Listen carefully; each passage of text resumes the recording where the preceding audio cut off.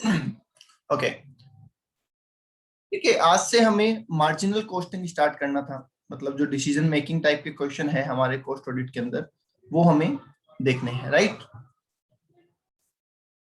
Okay, अब इसमें कई क्वेश्चंस हमारे मॉड्यूल के अंदर हैं और कई क्वेश्चंस हमारे स्कैनर के अंदर है। ठीक है, वो सारे क्वेश्चन हमने यहाँ पे डाल रखे हैं। ठीक है, सारे क्वेश्चन हमने यहाँ पे डाल रखे हैं, हमारी सीट के अंदर डाल रखे हैं। अब हम क्या करेंगे, जो क्वेश्चन हम मॉड्यूल के करेंगे वो हम मॉड्यूल से ही करेंगे। ठीक है, और यहाँ पे मैं नंबर आपको बता दूंगा कि अपने नोट्स में नंबर कौन सा है, आप वहां पे निशान लगा लीजिए। ठीक है, ओके, क्लियर है। ऐसा इसलिए कर रहे हैं क्योंकि एक्चुअली मुझे जो मॉड्यूल के क्वेश्चन है उनका मुझे एक सेपरेट वीडियो भी रिक्वायर होता है। ठीक है, जो मॉड्यूल में क्वेश्चन है मुझे उनका एक सेपरेट वीडियो भी रिक्वायर्ड है, तो दैट्स व्हाई मैं वहां से ये क्वेश्चन आपको करवा रहा हूँ। ठीक है, आप देख पा रहे हैं ये क्वेश्चन नंबर 1, क्वेश्चन नंबर 1 देख पा रहे हैं, the total overhead expenses of factory overhead. Yes, तो ये हमारा बुक में भी क्वेश्चन है, तो मैं आपको बुक से करवा रहा हूँ। ठीक है, ताकि मेरा भी कौन सी वीडियो, ये तो मॉड्यूल है, अरे ये तो मॉड्यूल है, आपको मॉड्यूल से क्वेश्चन नहीं देखना है। ध्यान से सुनिए, आपको सिर्फ यहाँ सामने क्वेश्चन दिखता रहेगा, आपको यहाँ पे सामने क्वेश्चन दिखता रहेगा, उसका सॉल्यूशन हम करते रहेंगे। ठीक है, घर जाके आपको देखना हो तो आप अपने वाली सीट में देख लो, सेम ही है, अलग नहीं है, क्वेश्चन तो सेम ही है ना। मुझे मॉड्यूल के क्वेश्चंस की रिकॉर्डिंग अलग से चाहिए, दैट्स व्हाई मैं ये वहां से करवा रहा हूँ। ओके, चलिए तो शुरू कर रहे हैं। पहला टॉपिक है हमारा, और पेज नंबर इसका कितना है, 298। ओके, मैंने एक सीरीज चलाई है, आपको पता होगा आई थिंक, अगर कुछ लोगों ने देखा है तो, कि जितने भी मॉड्यूल में क्वेश्चन है अपने, जितने भी मॉड्यूल में क्वेश्चन है अपने, उन सब के पेज नंबर वाइज में क्वेश्चन बना के दे रहा हूँ, पेज नंबर वाइज में क्वेश्चन बना के दे रहा हूँ। तो दैट्स व्हाई डबल मेहनत हो जाएगी, पहले मैं आपको यहाँ पे करवाऊंगा, फिर मैं वहां पे अलग से करवाऊंगा, दैट्स व्हाई मैं यहाँ पे ये रिकॉर्डिंग कर रहा हूँ, राइट। चलिए शुरू करें बेटा। ओके, तो आज का हमारा टॉपिक है, हम कर रहे हैं पेज नंबर 298 पे, इलिस्ट्रेशन 1। ठीक है, प्रॉफिटेबिलिटी एनालिसिस चल रहा है, मतलब इसमें डिफरेंट काइंड ऑफ क्वेश्चन होंगे रिगार्डिंग डिसीजन मेकिंग, मेक और buy, replacement, joint product, by product, इस तरीके के क्वेश्चन इसमें होंगे। ठीक है, तो देखिए क्या कह रहा है क्वेश्चन, हर क्वेश्चन अलग तरीके का है, कोई भी क्वेश्चन एक दूसरे से मैच नहीं होगा, तो हर क्वेश्चन को हमें ध्यान से समझना है और करना है। देखिए, total overhead expenses of a factory are ₹4,46,380. Taking into account the normal working of the factory, overhead was recovered in the production at ₹1.25 per hour. जो रिकवरी की जाती है, रिकवरी रेट पढ़ा है ना आपने, रिकवरी पढ़ी है ना, तो टोटल ओवरहेड कितना है, मैं एक समरी बना देता हूं सर। टोटल ओवरहेड है हमारा, एक सेकेंड ना,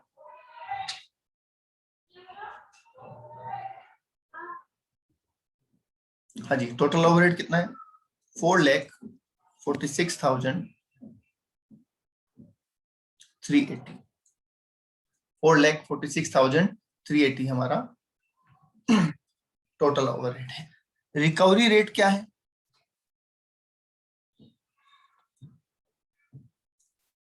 1.25 पर आवर, राइट। ठीक है, और एक्चुअल आवर वर्क भी दे रखा है हमें, एक्चुअल आवर वर्क वो दे रखा है 2,93,104 आवर्स। ठीक है, आगे लिखा है how would you proceed, how would you proceed to close the books of accounts, how would you proceed to close the books of accounts assuming that 7,800 unit produced, to which 7,000 sold, and there were 200 equivalent unit in WIP. इसका मतलब क्या है? आपने production कितना किया? 7,800 unit पूरी, 7,800 unit तो पूरी आपने प्रोड्यूस की है। 200 यूनिट इक्विवेलेंट WIP का मतलब बता सकते हैं आप? इक्विवेलेंट यूनिट क्या होती है,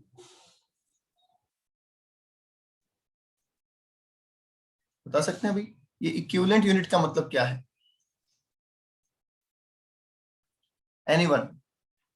इक्विवेलेंट यूनिट का मतलब क्या होता है, बता सकते हैं क्या?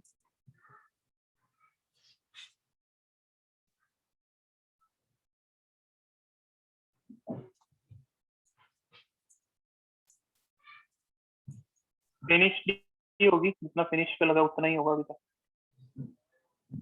नहीं, इक्विवेलेंट यूनिट का मतलब क्या होता है वो पूछ रहा हूँ।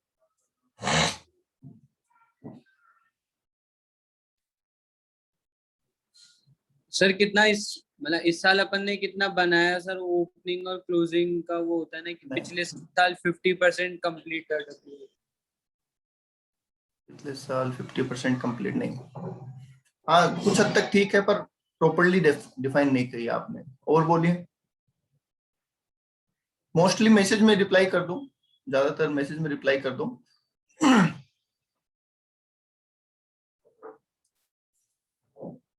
हाँ जी बोलिए भी, बोलिए। व्हाट इज इक्विवेलेंट यूनिट, क्या होती है? WIP यूनिट जो फिनिश गुड्स के इक्विवेलेंट है। Yes, okay. ऑडियो सबको आ रहा है क्लियर? हाँ जी, ऑडियो सबको आ रहा है क्लियर?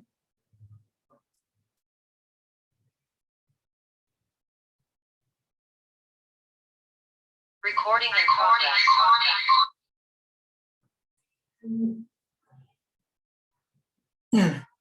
सिर्फ तुम्हारे पास ही कट रही है हर्षित, बाकी सबके पास सही आ रही है। कोई बात नहीं, अब जवाब दे दो।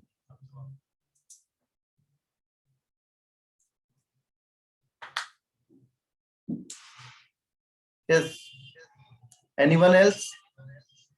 नहीं, चलो। देखिए, WIP इक्विवेलेंट का मतलब ये होता है कि अगर मेरे पास 1,000 यूनिट 60% कंप्लीट है, तो 1,000 यूनिट है पर वो 60% तक कंप्लीट है, उन पे 60% काम हो चुका, तो मैं ये कह सकता हूं कि वो यूनिट 600 फिनिश गुड्स के बराबर है। ठीक है, वो unit 600 unit of finish goods के बराबर है, ऐसा मैं कह सकता हूं। समझ गए? उसे कहते हैं इक्विवेलेंट यूनिट। समझ गए? तो यहाँ पे 200 यूनिट इक्विवेलेंट के बराबर है WIP। मतलब हो सकता है कि 1,000 यूनिट होगी और उनपे 20% काम हो रखा होगा। ठीक है, हो सकता है 500 यूनिट होगी, उनपे 40% काम हो रखा होगा। ठीक है, इनमें से कुछ भी हो सकता है, पर हमें उससे फर्क नहीं पड़ता। हमें इतना पता है कि फिनिश गुड्स की 200 यूनिट के बराबर WIP स्टॉक है। आगे बात समझ में? ये जब आप कॉस्ट का वो करते हैं ना, एवरेज, वहां पे काम आती है। आपने किया होगा, ABC में पढ़ा होगा, आई थिंक पढ़ा है ABC कॉस्टिंग में।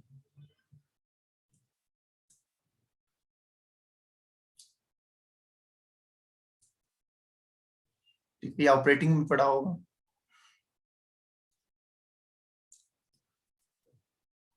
प्रोसेस में पढ़ा है, प्रोसेस में पढ़ा है सब, और फिर भी याद नहीं है किसी को भी। अरे भाई गजब करते हो भाई। चलो ठीक है, कोई ना। आगे लिखा है सर, ये तो हमें जानकारी दे दी। आगे लिखा है, इन्वेस्टिगेशन में पता चला कि 50% ऑफ अनअब्जॉर्ब ओवरहेड। क्या अनअब्जॉर्ब हुए हैं क्या, पहले तो ये बताओ। हमारे ओवरहेड कितने लगे? 446,380। हमने अब्जॉर्प्शन किस रेट पे किया? 1.25 पर आर पे। तो हमने टोटल रिकवरी कितनी करी, पहले ये निकालनी पड़ेगी। टोटल रिकवर कितना किया हमने, बताइए कैसे निकाले भाई? टोटल रिकवर कितना किया? क्या ऐसे निकालें कि 293,104 आवर्स काम किया, 1 घंटे पे सर हमने ₹1.25 का रिकवरी किया, तो टोटल हमने 380 की रिकवरी कर ली। ठीक है, ये जवाब तुषार ने दिया है, राइट। ओके, बताइए क्या हमने इतनी रिकवरी कर ली? Yes sir. टोटल ओवरहेड कितने लगे वो भी लिख लो। टोटल ओवरहेड ये लगे सर 4,46,380। तो क्या अंडर रिकवरी हुई है? Shefali be concentrated.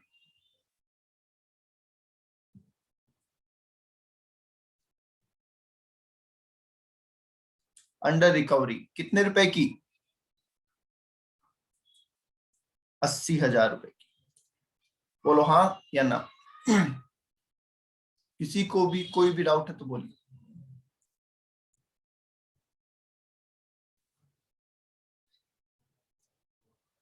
ओके, ठीक है सर। अब इस अंडर रिकवरी के रीजन हम वैसे क्या करते हैं, हम मान लो अंडर रिकवरी नॉर्मली हुई है, नॉर्मली अंडर रिकवरी हुई है, तो क्या करते हैं, क्या ट्रीटमेंट करते हैं हम इसका, बता सकता है कोई?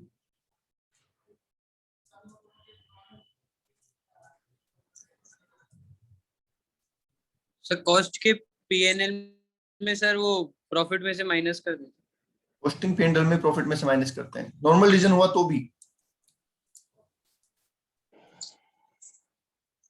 सर क्या? फैक्ट्री ओवरहेड में डाल देंगे सर। फैक्ट्री ओवरहेड में डालेंगे भाई, कॉस्टिंग पेंडल में तो तब ले जाएंगे ना जब कोई अब normal reason.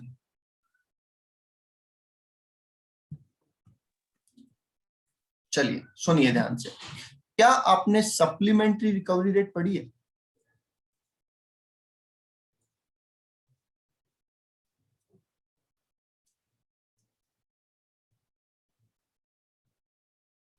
Supplementary recovery rate नाम से कोई चीज पढ़ी है?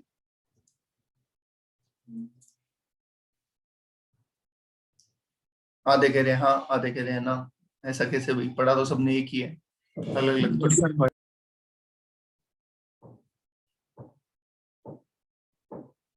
चल, सप्लीमेंट्री रेट का मतलब है कि भैया जो रेट रिकवर कर चुके वो तो कर चुके हैं, जो रिकवर नहीं कर पाए उसको अब रिकवर करने के लिए एक और रेट निकाल लीजिए। ठीक है, ओके। और ये होता है यूनिट के ऊपर। अब यूनिट कितनी है हमारी, देखिए टोटल, ध्यान से सुनना, 7,800 यूनिट का प्रोडक्शन किया हमने पूरा, और 200 यूनिट WIP में है इक्विवेलेंट टू फिनिश गुड्स। तो क्या टोटल 8,000 यूनिट के बराबर का प्रोडक्शन कर दिया हमने? बताइए, क्या टोटल 8,000 यूनिट के बराबर का प्रोडक्शन कर दिया हमने? 7,800 टोटली फिनिश है और 200 यूनिट इक्वल टू फिनिश है। 200 फिनिश गुड्स के बराबर की यूनिट हमारे पास है, तो हमने टोटल 8,000 यूनिट का प्रोडक्शन किया है, राइट। ठीक है, इस 8,000 यूनिट का स्टेटस क्या है ये भी देख लो। इस 8,000 में से 7,000 यूनिट बिक गई, इस 8,000 में से 800 यूनिट क्लोजिंग स्टॉक में है, और इस 8,000 में से 200 यूनिट WIP में है। बोलिए, यही है क्या इसकी हिस्ट्री? टोटल 8,000 यूनिट है जिसमें से 7,000 यूनिट बिक चुकी है, 800 unit, sorry 800 unit closing stock finish goods में है, और 200 यूनिट क्लोजिंग स्टॉक WIP में है, राइट। Yes sir. अब सप्लीमेंट्री रेट ये है कि सर हमें जो रिकवरी करनी है, वो कैसे करनी है वो देखते हैं। इसके लिए आगे पढ़िए। On investigation it was found, हमें पता चला कि 50% of unabsorbed overhead was on account of increase in cost of indirect material और इनडायरेक्ट लेबर। ये जो 80,000 की अंडर रिकवरी हुई है, इसके 50% का रीजन है मटेरियल और प्राइस, लेबर की प्राइस में इंक्रीज। तो बताइए इसे आप नॉर्मल कहेंगे या अब नॉर्मल कहेंगे? इंक्रीज इन प्राइस नॉर्मल कहेंगे या अब नॉर्मल कहेंगे? मैसेज में जवाब दे दो बेटा, मैसेज में। बड़ा क्वेश्चन पूछना हो तो ही माइक ऑन कर। सर नॉर्मल कहेंगे, बिल्कुल ठीक है। और बाकी आदि के लिए क्या लिखा है? Remaining 50% was due to factory inefficiency. इसको क्या कहेंगे? फैक्ट्री इनएफिशिएंसी की वजह से जो है, इसको क्या कहेंगे? इसको कहेंगे अब नॉर्मल। इसको क्या कहेंगे? अब नॉर्मल। ठीक है, तो इसका मतलब से 40,000 रुपए की रिकवरी अब नॉर्मल है और 40,000 की रिकवरी अंडर रिकवरी नॉर्मल है, राइट? ठीक है, तो इस अब नॉर्मल को हम क्या करेंगे? क्या हम इसे कॉस्टिंग P&L से चार्ज कर देंगे? बताइए। क्या इस 40,000 की अंडर रिकवरी को, जो कि अब नॉर्मल रीजन की वजह से है, क्या हम इसे कॉस्टिंग P&L से चार्ज कर देंगे?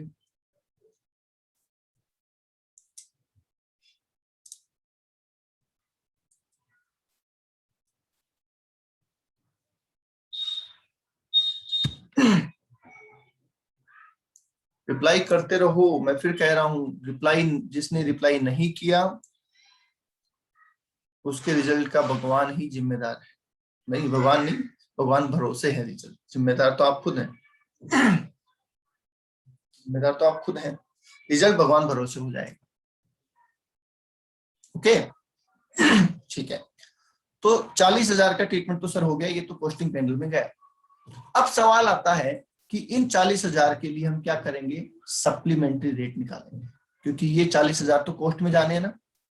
बताइए, ये 40,000 कॉस्ट में जाने हैं क्या?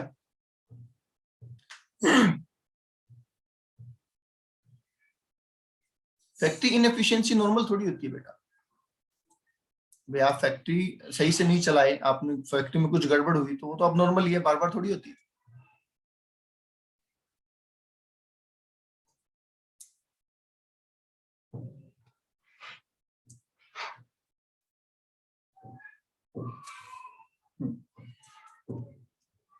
मीनल क्या डाउट है वो पूछो। मीनल क्या डाउट है वो बोलो।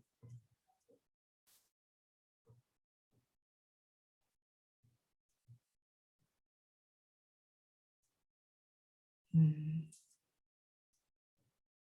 80,000 के बाद वाला, 80,000 के बाद हमने ये नीचे जो पैराग्राफ लिखा है इसको पढ़ना है हमें। ठीक है, मैंने नीचे जानबूझ के लिए रखा है ताकि आपको आंसर ना दिखे। ठीक है, यहाँ लिखा है ऑन इन्वेस्टिगेशन, ये हमें पता चला कि जितनी अंडर रिकवरी हुई है उसमें से आधी रिकवरी प्राइस बढ़ने की वजह से हुई है। मटेरियल का प्राइस बढ़ गया, लेबर का प्राइस बढ़ गया, तो ये तो नॉर्मल है, तो इसलिए हमने इसको तो नॉर्मल लॉस में लिया है। ठीक है, और आधी रिकवरी फैक्ट्री की इनएफिशिएंसी की वजह से हुई है, तो इसलिए हमने उसको अब नॉर्मल लिया है, राइट? तो जो अब नॉर्मल हुआ वो तो कॉस्टिंग P&L में चला गया, उसमें तो कुछ सोचने की जरूरत नहीं है। जो नॉर्मल है उसे हमें रिकवर करना है और उसके लिए सप्लीमेंट्री रेट निकालेंगे, राइट? 40,000 को कितनी यूनिट पे रिकवर करना है? 8,000 यूनिट। तो क्या मैं डिवाइड कर दूं इसको 8,000 यूनिट से? तो मुझे 5 रुपए पर यूनिट पे रिकवर करना है। हाँ जी, 5 रुपए पर यूनिट पे रिकवर करना है। यस। अब जो 7,000 यूनिट बिक गई उसके रिगार्डिंग जो 5 रुपए का खर्चा है वो कहां से चार्ज करेंगे, कहां ले जाएंगे इसको? बताइए, आपने कंट्रोल अकाउंट पढ़े वो, ledger general control account, WIP control account, finish goods control accounts, वो पढ़े हैं?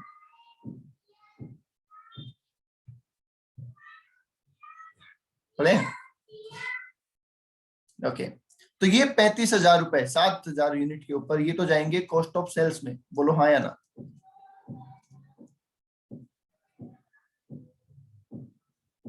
जो यूनिट बिक गई उससे रिलेटेड जो खर्चा है वो कहां चला जाएगा? कॉस्ट ऑफ सेल्स में। जो स्टॉक में पड़ा है उसके 5,000 मतलब 4,000 रुपए, 800 यूनिट 5 रुपए के हिसाब से 4,000 रुपए, ये क्या फिनिश गुड्स कंट्रोल में जाएगा?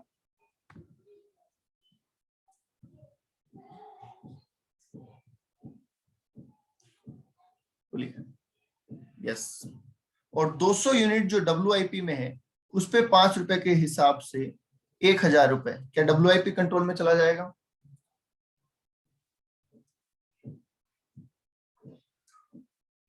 तो जनरल एंट्रीज पढ़िए क्या? जनरल एंट्रीज पढ़िए अंडर रिकवरी ओवर रिकवरी की? पंकज ने तो कुछ नहीं पढ़ा, कुछ भी पूछ लो। नहीं सर नहीं पढ़ा। सर ये कंट्रोल अकाउंट वगैरह तो पढ़ा ही नहीं मैंने कभी। इंटर में था ही नहीं? मे भी सर मैंने छोड़ दिया होगा। 100% तो किसी में किया ही नहीं मैंने। हाँ जी था ना? यस बिल्कुल होता है। चलो कोई नहीं।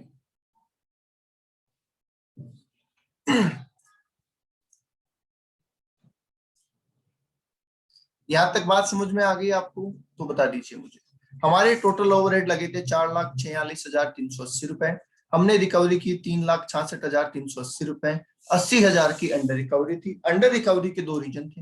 रीजन हमने निकाला तो पता चला आधी अंडर रिकवरी नॉर्मल है, आधी अब नॉर्मल है। अब नॉर्मल है उसको कॉस्टिंग पेंडल में भेज दिया, और नॉर्मल है उसको वापस रिकवर कर लिया। जो यूनिट बिक गई उसको कॉस्ट ऑफ सेल्स में डाल दिया, उसके रिगार्डिंग जो अंडर रिकवरी थी वो। जो यूनिट स्टॉक में है उसको फिनिश गुड्स में डाल दिया, और जो WIP में उसको WIP में डाल दिया। लो जी ओके।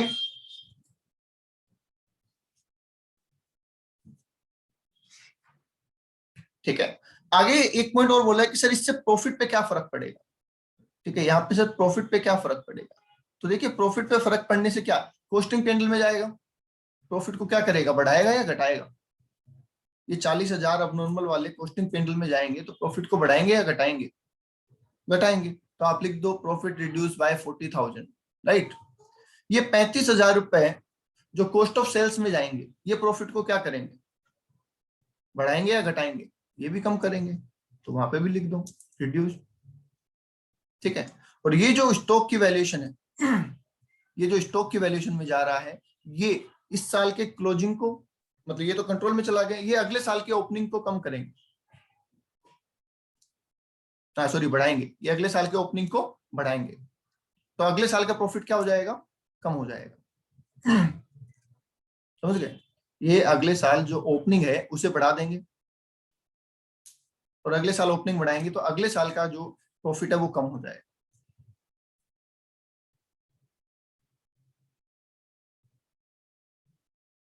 सर इस आंसर का सॉल्यूशन कैसे करना है? अरे आंसर का सॉल्यूशन नहीं, आंसर का प्रेजेंटेशन कैसे करना है, ऐसे बोलो। सर इसमें एक बार ये प्रॉफिट वाला एप्लीकेशन और जो आपने जर्नल एंट्री बताई वो समझा दो सर, दोनों ही नहीं मैंने कहाँ बताई जनरल एंट्री? मैंने बताई नहीं है। मैंने तो मतलब ये पूछा जो था आप बोल जनरल रहे थे एंट्री कंट्रोल अकाउंट वर्ड। पूछा है मैंने, पढ़ी है क्या? मैंने तो ये पूछा था। अच्छा मैं अगर जनरल एंट्री बताने बैठूंगा तो 5 क्लास उसमें निकल जाएगी, और पूरी कॉस्ट ऑडिट में ये एक ही क्वेश्चन है जिसमें एक जनरल एंट्री दे रखी है। अच्छा सर, ये तो समझ आ गया कि ये 35,000 मेरा प्रॉफिट गिरा रहा है, लेकिन एट द सेम टाइम ये 1,000 जो यूनिट्स तो मेरी क्लोजिंग स्टॉक में पड़ी है, तो ये मेरा प्रॉफिट इंक्रीज भी तो कर रहा है। अरे तो पहले कंट्रोल रिकवर तो कर चुके हो ना तुम, इसके तो कंट्रोल अकाउंट में जा रहे हैं, ये तो तुम पहले कर चुके हो ना। अब तुमने वो जब पढ़ा ही नहीं, तुमने वो जो अंडर रिकवरी ओवर रिकवरी वाला इंटीग्रेटेड नॉन इंटीग्रेटेड अगर तुमने नहीं पढ़ा है तो ये चीज समझ में आ ही नहीं सकती। अगर आपने वो नहीं पढ़ा है इंटीग्रेटेड और नॉन इंटीग्रेटेड, तो ये आपको फिर समझ नहीं आ पाएगा।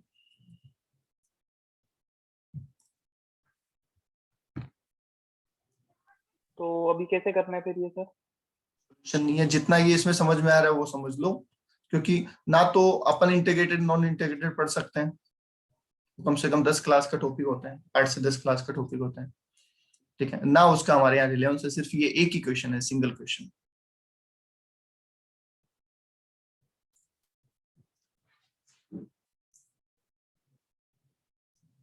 ओके। शेफाली कह रहे हैं सर हमको ये पूरा ट्रीटमेंट थ्योरी में। अब देखो आपको प्रेजेंटेशन कैसे करना है।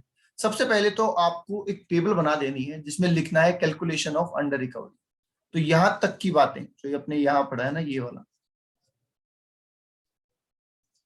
अंडर रिकवरी 80,000 रुपए, यहाँ तक का तो एक टेबल में आप दिखा सकते हैं कि सर टोटल ओवरहेड इतना लगा, हमने इतना रिकवर किया, रिकवरी की कैलकुलेशन ऐसे की तो हमारे पास कितना निकल के आ गया 80,000 रुपए की अंडर रिकवरी निकल के आ रही है।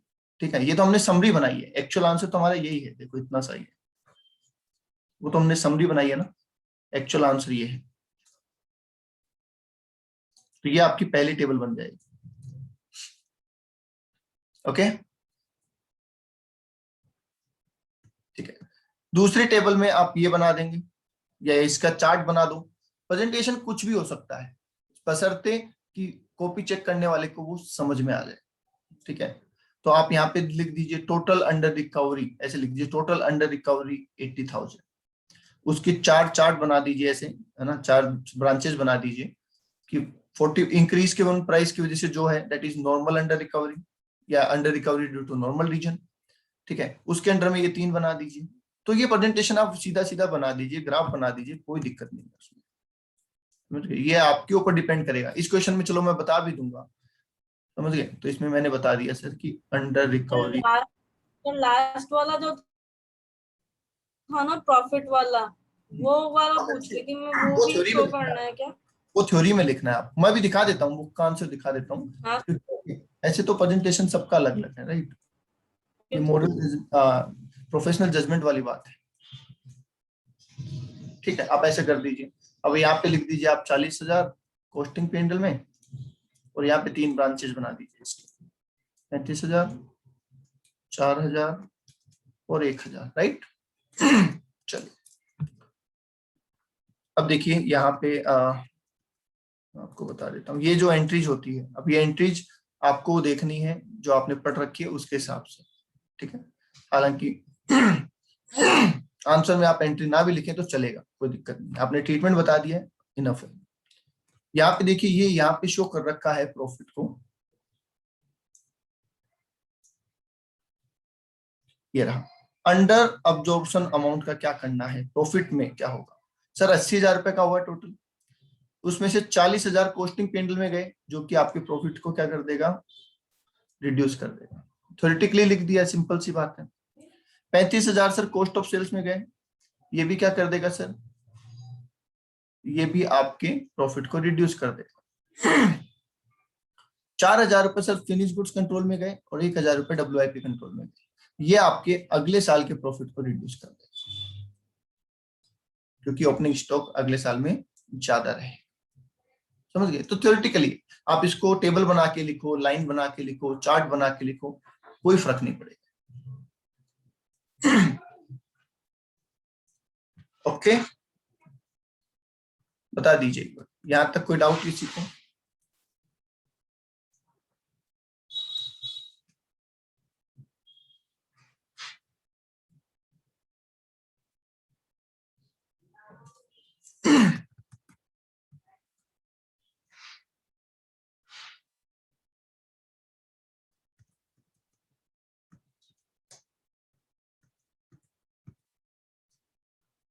हाँ जी, क्लियर है क्या?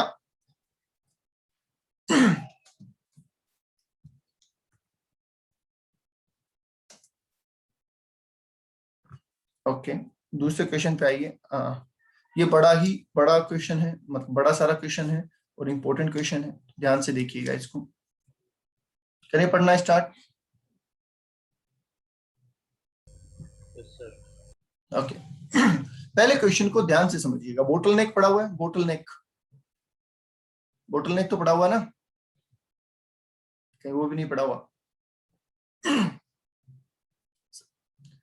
हर एक क्वेश्चन अलग होता है, मार्जिनल में सारे क्वेश्चन अलग होते हैं, कोई भी क्वेश्चन पीछे वाले की तरह हो, नो डजंट। तो आपको अपना दिमाग भिड़ाना पड़ेगा कि क्वेश्चन को मैं कैसे चेक कर सकता हूं।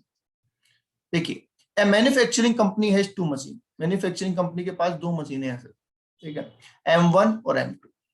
मशीन M1 जो है वो यूज आती है वो प्रोडक्शन ऑफ प्रोडक्ट A और B। तो हम समरी बनाते जाते हैं ताकि हमारा टाइम वेस्ट ना हो। इलस्ट्रेशन नंबर 2 है, पेज नंबर है हमारे 300, पेज नंबर 300। हमें बोला है सर कि हमारे पास एक मशीन है सर M1, जो प्रोडक्ट A और प्रोडक्ट B बनाने में काम आती है। साथ ही साथ हमारे पास एक मशीन 2 भी है सर, जो प्रोडक्ट एक्स और वाई बनाने में काम आती है।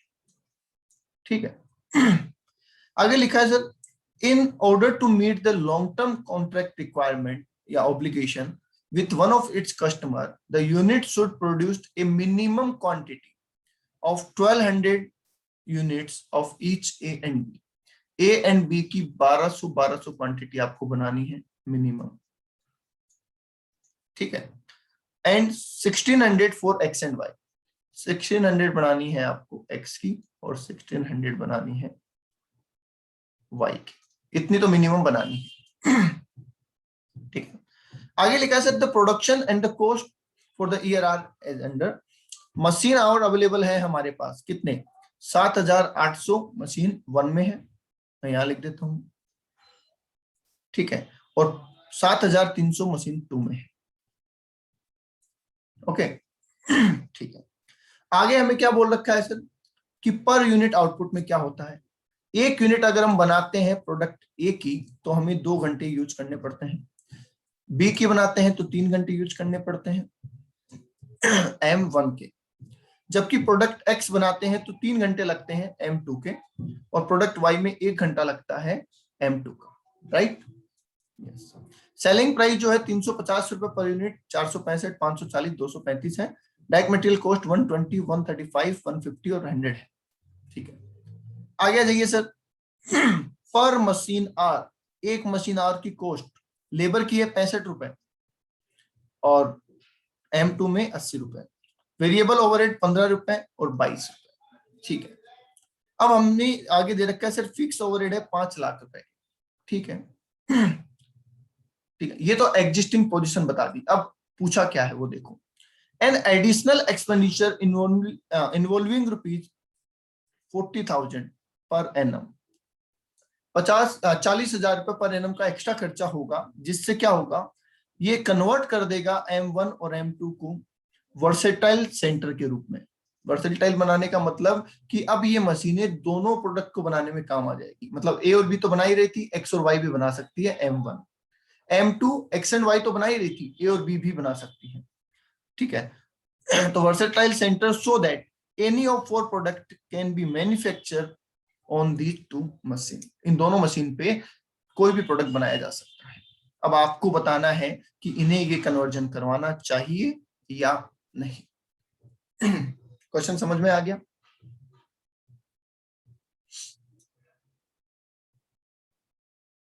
हाँ जी, ऐसे क्वेश्चन को सोल्व करने के लिए सबसे पहले क्या करना चाहिए? सबसे पहले जो मेरी ओपिनियन होती है वो ये होती है कि सर सबसे पहले हमें एग्जिस्टिंग सिचुएशन को देखना है। बोलिए हाँ या ना। कुछ मत सोचो आगे वाला कैसे करना है, पहले एग्जिस्टिंग सिचुएशन को सॉल्व करो, क्योंकि जो डिसीजन मेकिंग है वो तो एग्जिस्टिंग सिचुएशन से ही आएगी ना। ठीक है, तो हम इसको पहले एग्जिस्टिंग में प्रॉफिट कैलकुलेट करते हैं। Existing situation, right, okay. अब बोटलनेक क्या है यहाँ, बोटलनेक क्या होगा बता सकता है कोई? बोटलनेक क्या होगा? मशीनार है, बिल्कुल। तो हमें कंट्रीब्यूशन पर यूनिट पर मशीनार निकालना पड़ेगा क्या?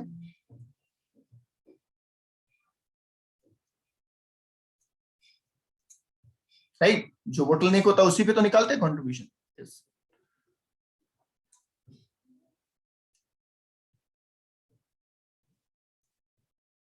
चलिए, मैंने लिखा है machine M1, machine M2। M1 के अंदर फिलहाल 2 ही प्रोडक्ट बन सकते हैं ना, A एंड B, और M2 में 2 ही प्रोडक्ट बन सकते हैं, X and Y, right. Okay sir, तो सेल्स लिख लें पहले, या सेलिंग प्राइस बोल दो, एक ही बात है। सेलिंग प्राइस लिख लेते हैं। A प्रोडक्ट आज की डेट में 350 में बिकेगा, B प्रोडक्ट 465 में बिकेगा, X प्रोडक्ट 540 में बिकेगा और Y प्रोडक्ट 235 में बिकेगा, राइट। यस, लेस कर दीजिए बेटा, बोलो क्या करूं? सबसे पहले मटेरियल कर दूं, डायरेक्ट मटेरियल लेस कर दूं। 120 लगेगा यहाँ पे, 135 लगेगा यहाँ पे, 150 लगेगा यहाँ पे और 100 लगेगा यहाँ पे। ओके, क्लियर है? चलिए लेस कर देते हैं डायरेक्ट लेबर। मैसेज में जवाब देगा, कोई भी माइक पे जवाब मत देना। बताइए ए के लिए डायरेक्ट लेबर कितना, देखते हैं ए के लिए डायरेक्ट लेबर कितना। ओके, 2 लोगों का जवाब आ गया है, सही भी है।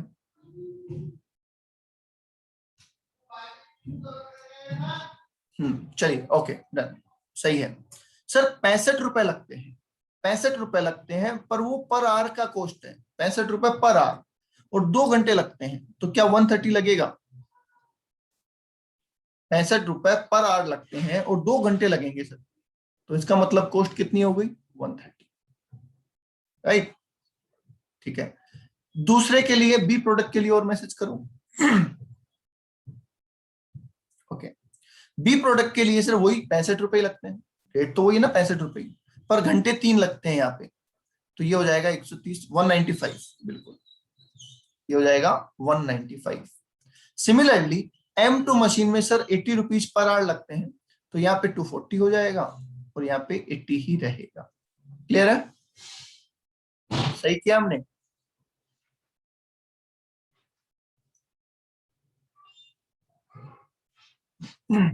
ओके, आगे आ जाइए सर। वेरिएबल ओवरहेड,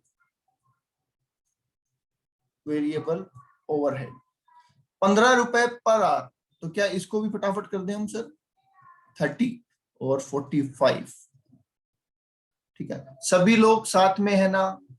ऐसा ना हो कि जिसको आ रहा है वो तो करते जा रहा है और जिसको नहीं आ रहा वो पीछे आराम से बैठा है, सर मुझे तो नहीं आ रहा। नहीं आ रहा तो पूछ लो, ठीक है? नहीं आने का इलाज ये नहीं है कि आराम से पीछे होके बैठ जाना, नहीं आने का इलाज है पूछना। हाँ जी, तो 22 रुपए और 3 घंटे तो 66 रुपए और 1 घंटा तो 22 रुपए। लो जी, क्या इतनी ही वेरिएबल कॉस्ट है? कोई और वेरिएबल कॉस्ट है क्या?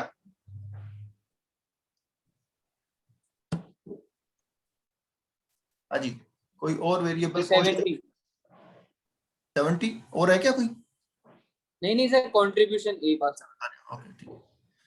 70, यस, नेक्स्ट 90, 90, 84 और 33 ये आया टोटल कंट्रीब्यूशन, मतलब पर यूनिट का कंट्रीब्यूशन। आर्ट्स हमें दे रखे हैं सर, तो आर्ट्स लिख देते हैं, मशीन आर्ट्स, और यहाँ पे लगते हैं सर 2 घंटे, यहाँ पे लगते हैं 3 घंटे, यहाँ पे लगते हैं 3 घंटे और यहाँ पे लगता है 1 घंटा, राइट? तो ये आ जाएगा कंट्रीब्यूशन पर मशीन आर, राइट? चलिए 35 आ रहा है, 30 आ रहा है, 27, 28 आ रहा है और 33 आ रहा है। Check it out. यहां तक किसी को कोई डाउट?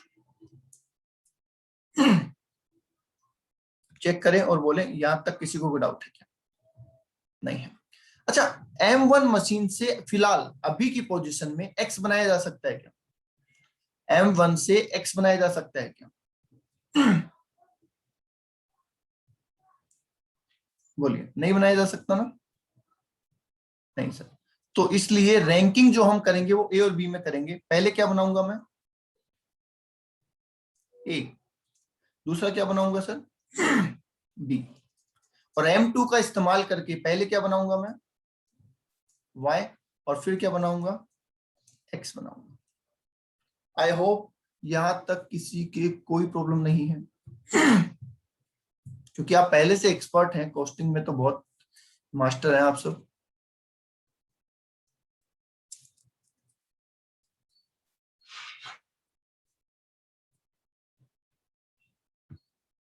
Yes sir, okay. अब एक बार हमारी मिनिमम क्वांटिटी पे हमारा प्रॉफिट देख लें तो चलेगा? नई क्वांटिटी का तो पता ही नहीं है, कोई ऑर्डर तो है नहीं हमारे पास, तो हम तो मिनिमम पे ही प्रॉफिट देख लें, चलेगा? चलिए, A B sorry X Y, A की कितनी यूनिट बनानी है मुझे मिनिमम? ए की कितनी यूनिट बनानी है मुझे मिनिमम? 1200। यस, बी की भी 1200, एक्स की 1600 और वाई की भी 1600, राइट? ओके। कितने घंटे लगेंगे, कितने घंटे लगेंगे ए की 1200 यूनिट बनाने में? 2400 घंटे लगेंगे क्या?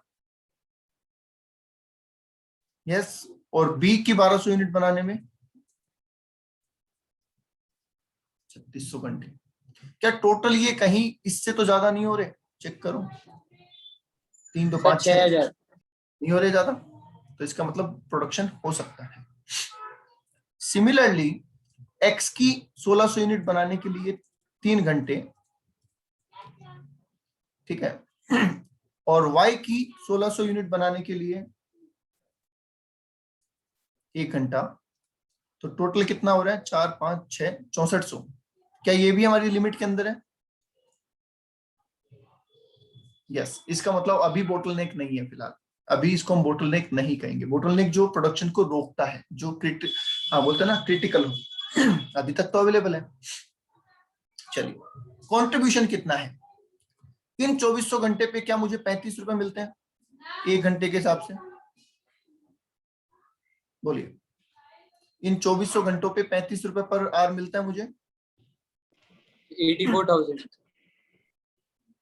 कितना है लिख दो बेटा, थोड़ा सा उसमें हो रहा है, इको हो रहा है मुझे लग रहा है। हाँ जी, यहाँ पे 30 हो रहा है क्या? यहाँ पे 28 और यहाँ पे 33।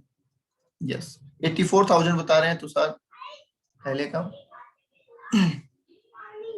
108, 10,800, हाँ 1,08,000। ओके,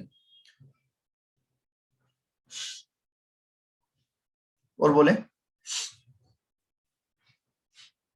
134,400,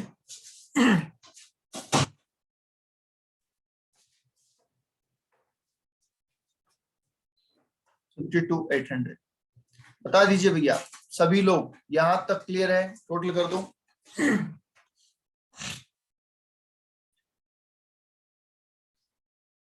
टोटल कर दो, क्लियर है यहां तक सभी को? टोटल कंट्रीब्यूशन कितना हो गया? Total contribution 379,200। 79,200 कितना हो रहा है? ठीक है सर। फिक्स ओवरहेड क्या है? 5 लाख।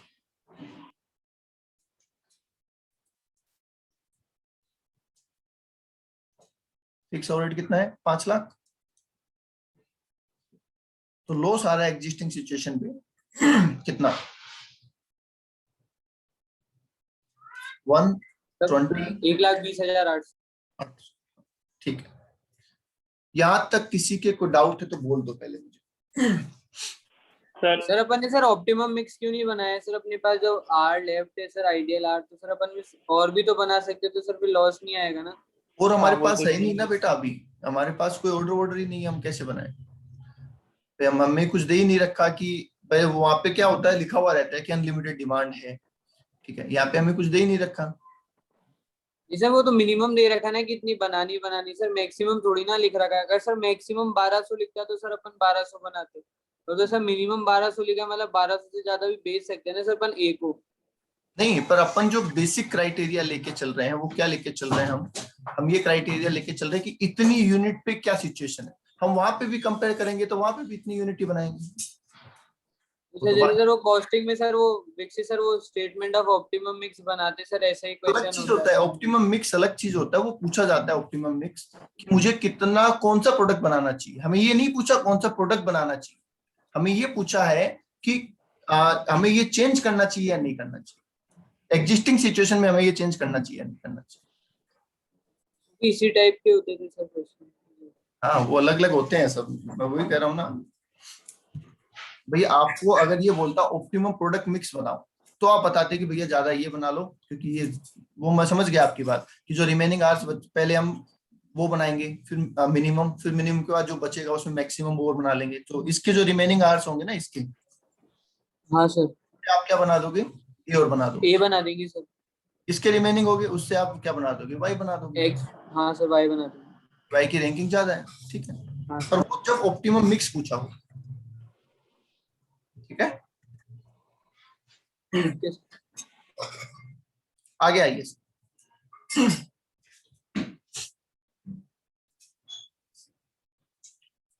अब सर बोल रहा है कि इंटरचेंज कर दो, इंटरचेंज कर दो, 40,000 रुपए में इंटरचेंज हो जाएगा। टाइम है ना आपके पास? हाँ है, ठीक है। तो एक बात बताइए मुझे, M1 से A बनाने पे कितना बचेगा, वो तो मुझे पता है क्या ऑलरेडी, बताइए। M1 से A बनाने पे मुझे कितना मिलेगा, क्या मुझे पता है? हाँ हाँ पता है सर। और M2 से X और Y बनाने में कितना मिलेगा, ये भी पता है। हाँ, तो अब मैं रिवर्स करके और कैलकुलेट कर लेता हूं। मैं इससे निकाल लेता हूं X और Y, और इससे निकाल लेता हूं A और B। बोलिए, चलेगा?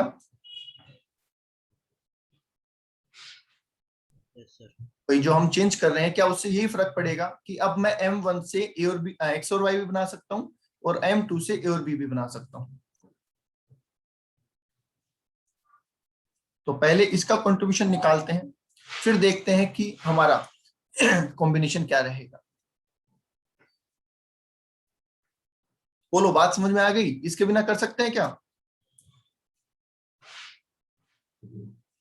सर, लेकिन रैंकिंग के बेस पे करेंगे ना इसमें भी तो। नहीं तो रैंकिंग दे तो सही पहले। वो तो नई रैंकिंग निकालेंगे अब। हाँ तो नहीं तो निकाल रहे हैं, अच्छा ठीक है। नई रैंकिंग ही तो निकाल रहे हैं। सर इसमें चेंजेस तो बस ये मशीन आर के बेसिस पे जो जो किया है हाँ, कैलकुलेट वो होगा ना? बिल्कुल वही होगा। देख लेते हैं, देखिए। वैसे कॉस्ट पूरी चेंज हो जाएगी ना, क्योंकि इसकी 80 थी, उसकी 65 थी, तो वो दोनों रिवर्स हो जाएगी।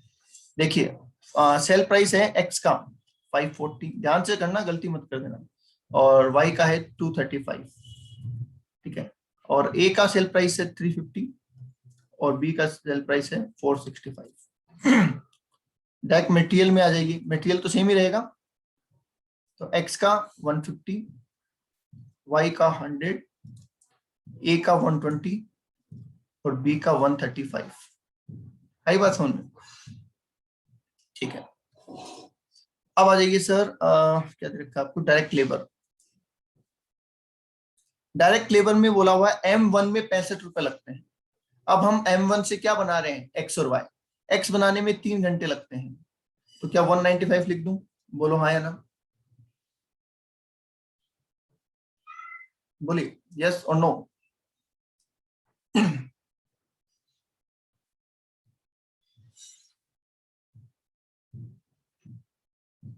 हाँ जी, क्लियर है? Yes sir. ओके। M2 में सर 80 रुपए लगते हैं, पर M2 से मैं A बना रहा हूँ, A बनाने में 2 घंटे लगते हैं, तो 160, और B बनाने में 3 घंटे लगते हैं, तो 240। बोलो जी, direct labour sir direct labour एक बार वापस बता दो। डायरेक्ट लेबर M1 में कितना लगता है? M1 मशीन पे 65 रुपए लगता है पर आवर के। M1 से मैं बना रहा हूँ X, तो X बनाने में 3 घंटे लग रहे हैं, तो ये हो गया 195। Y बनाने में 1 घंटा लग रहा है, तो ये हो गया 65।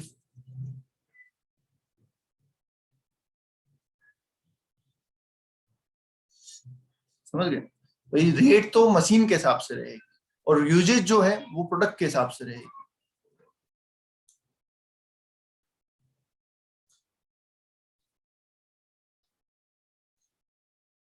वेरिएबल ओवरहेड, M1 के वेरिएबल 15 रुपए है, M1 का इस्तेमाल X में हो रहा है 3 घंटे, तो यह 45 और ये 15। बोलो क्लियर है?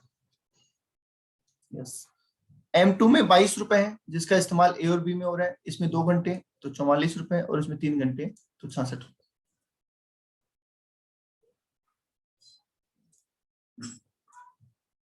बोलिए, कंट्रीब्यूशन आ गया 150। 150, ओके। 55। 55, टोटल 55 ही है क्या? Yes sir. Sir 26। Sir 24। Machine hours कितने हैं भैया? मशीन आवर्स, एक्स के लिए 3, वाई के लिए 1, और ए के लिए 2 और बी के लिए 3, राइट।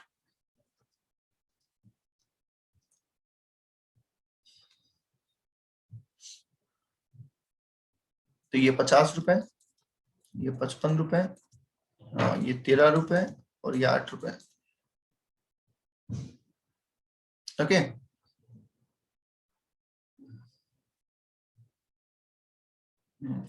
कंट्रीब्यूशन पर। ओके, अब हमारे पास इतनी जानकारी आ गई है सर कि मशीन 1 से बनाने में क्या मिलेगा और 2 से बनाने में क्या मिलेगा। यहाँ पे हम रैंकिंग नहीं करेंगे, ये गलती मत कर देना। यहाँ पे अगर आप चारों को रैंकिंग कर देते हैं, बताइए चारों को रैंकिंग कर सकते हैं क्या हम? क्या यहाँ पे चारों को रैंकिंग कर सकते हैं? नहीं, यहाँ पे नहीं कर सकते फिलहाल। चारों एक मशीन से बने तब हम रैंकिंग कर सकते हैं। चारों एक मशीन से बने तब हम रैंकिंग कर सकते हैं। कैसे? सुनिए ध्यान से। M1 से क्या मैं A, B, X और Y बना सकता हूं? अब बोलिए। यस। क्या M2 से भी मैं A, B और X और Y बना सकता हूं? हाँ सर। एक बार बताइए, M1 से A बनाने पे मुझे क्या मिल रहा है? M1 से A बनाने पे पहली वाली टेबल देखनी पड़ेगी, पिछली टेबल देखनी पड़ेगी ना। M1 से A बनाने पे मुझे क्या मिलेगा? 35 मिलेगा। ठीक है। M1 से B बनाने पे 30, M1 से X बनाने पे कितना मिलेगा? 28, नहीं सर 50, और M1 से Y बनाने पे कितना मिलेगा? 55, 55, राइट। ऐसे ही M2 का लिखवा दीजिए एक बार। A का मेरे सामने है 13, B का है 8, X और Y का पुरानी टेबल देखना पड़ेगा 28 और 28 और 33। 33, राइट। ओके, तो बताइए बोटल नेक क्या है, M1 या M2? ज्यादा कंट्रीब्यूशन कौन दे रहा है? किसको पहले यूज करेंगे आप? सर M1 को। पहले M1 को यूज करेंगे ना? यस सर, क्योंकि M1 ज्यादा कंट्रीब्यूशन दे रहा है सर। तो M1 में हमारे पास कितने घंटे हैं? 7800। ओ सॉरी, इधर आ जाइए, इसको नीचे दे देते हैं। अब मैं M1 का यूटिलाइजेशन कर रहा हूं, किसमें करूं? बोलो कौन से प्रोडक्ट पे करूं सर? सबसे पहले सर Y पे करेंगे। और Y की कितनी यूनिट मिनिमम मुझे बनानी होती है? 1600। सर 1600, और Y की एक यूनिट में कितना लगता है? 1 घंटा लगता है, राइट। मेरे पास टोटल है 7800, याद रहे। तो मैंने पहले ये बनाया सर, 1600 घंटे मेरे यूटिलाइज हो गए, राइट। ओके, अब क्या बनाऊं? ये था Y, सर X, ये मैंने बनाया था Y। अब X बना लेता हूँ। X के 1600 बनानी है मुझे। कितने घंटे यूटिलाइज हो जाएंगे 1600 बनाऊंगा तो? सर 3, इसके हिसाब से 4800, 4800। कितने बचे हैं ये देखो, कितने घंटे बचे हैं मेरे पास? 4, 5, 6, 400, 6400 चले गए, तो कितने बचे? 1400 घंटे बचे सर हैं क्या? 1400। Yes sir. 1400 घंटे का 1400। इस्तेमाल मुझे क्या A में करना चाहिए? क्योंकि ये रैंकिंग 1 है, ये 2 है, ये 3 है और ये 4 है।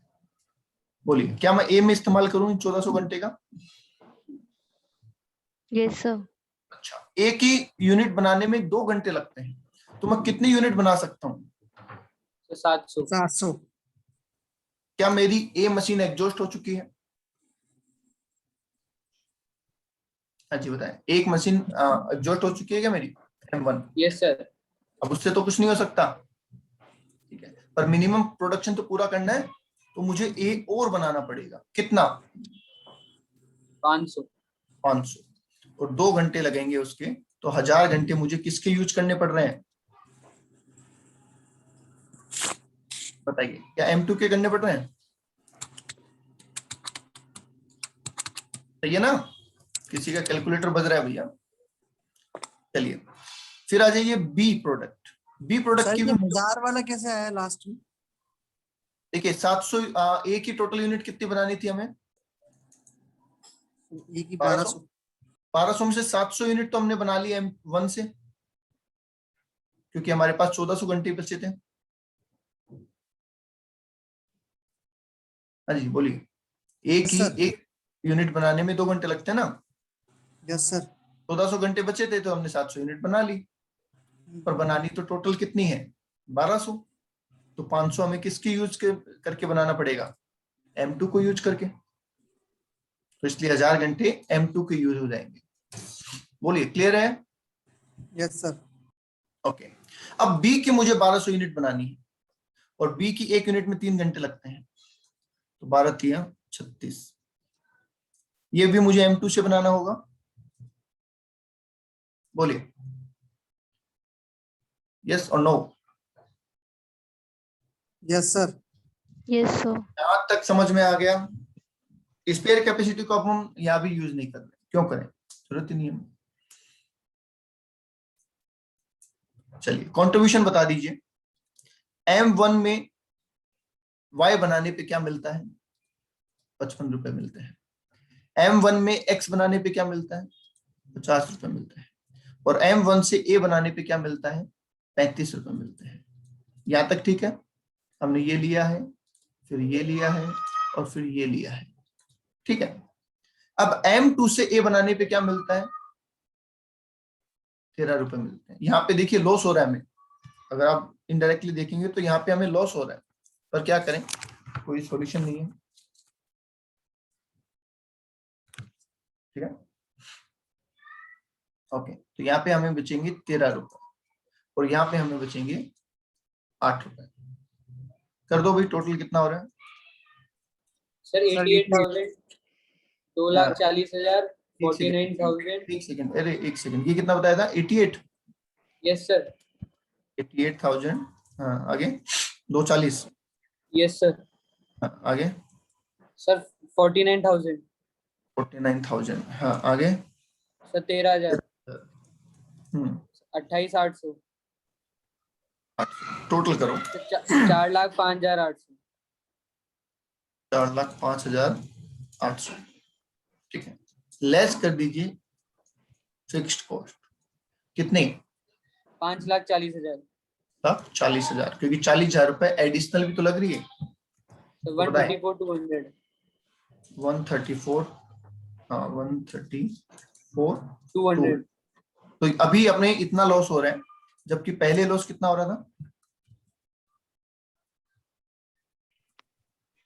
120,800। तो बताइए करना है या नहीं करना? नहीं। नहीं करना है, लो जी, बस। बोलिए जी, आगे बात समझ में? सर मैं M2 की तो कैपेसिटी अभी भी बाकी है ना? हाँ पढ़िए, तो बाकी हमें करनी ही नहीं ना, हमें तो जो क्वांटिटी बोली है उतनी ही करनी है।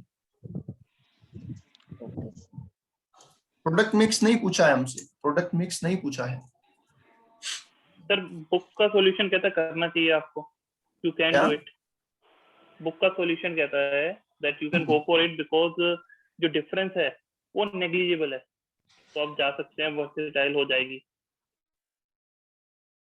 अच्छा लॉस, मतलब मैं तो मानता हूँ 1 रुपए का भी Conclusion में लॉस सर। बढ़े तो नहीं जाना चाहिए।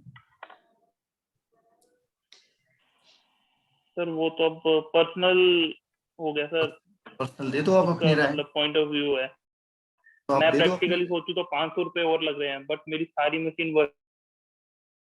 तो दे दो भैया, किसने मना किया है, मैं तो मेरी बताऊंगा ना। प्रैक्टिकली भी कैसे जाएंगे?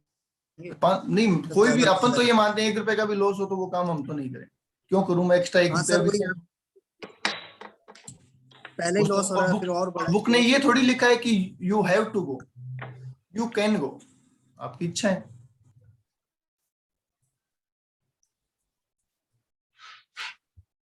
बुक का आंसर तो यहाँ है ना, एग्जाम में तो अपना ही आंसर चलेगा, वो तो अपना ही जजमेंट चलेगा वहां तो। ऐसे थोड़ी बोलेंगे भैया वहां पे बुक में लिखा था कि यू कैन गो, तो अब वहां पे कैसे, मान लो यहाँ पे 500 का डिफरेंस है और वहां पे 1500 का डिफरेंस आएगा, तो क्या लिखोगे आंसर आप एग्जाम में,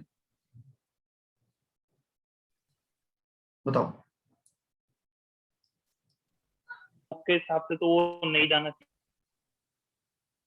आप क्या लिखोगे, आप बताओ, चाहिए, मतलब आपके सर माइंड नहीं में जाना एक चाहिए यही लिखूंगा। एक ही होना चाहिए ना। अब अपन ये थोड़ी बोलेंगे सर 500 में तो बुक ने लिखा था कि जा सकते हैं, 1500 में नहीं लिखा बुक ने, अब क्या करें? तो अपन तो अपना ही जजमेंट लेके चलेंगे ना।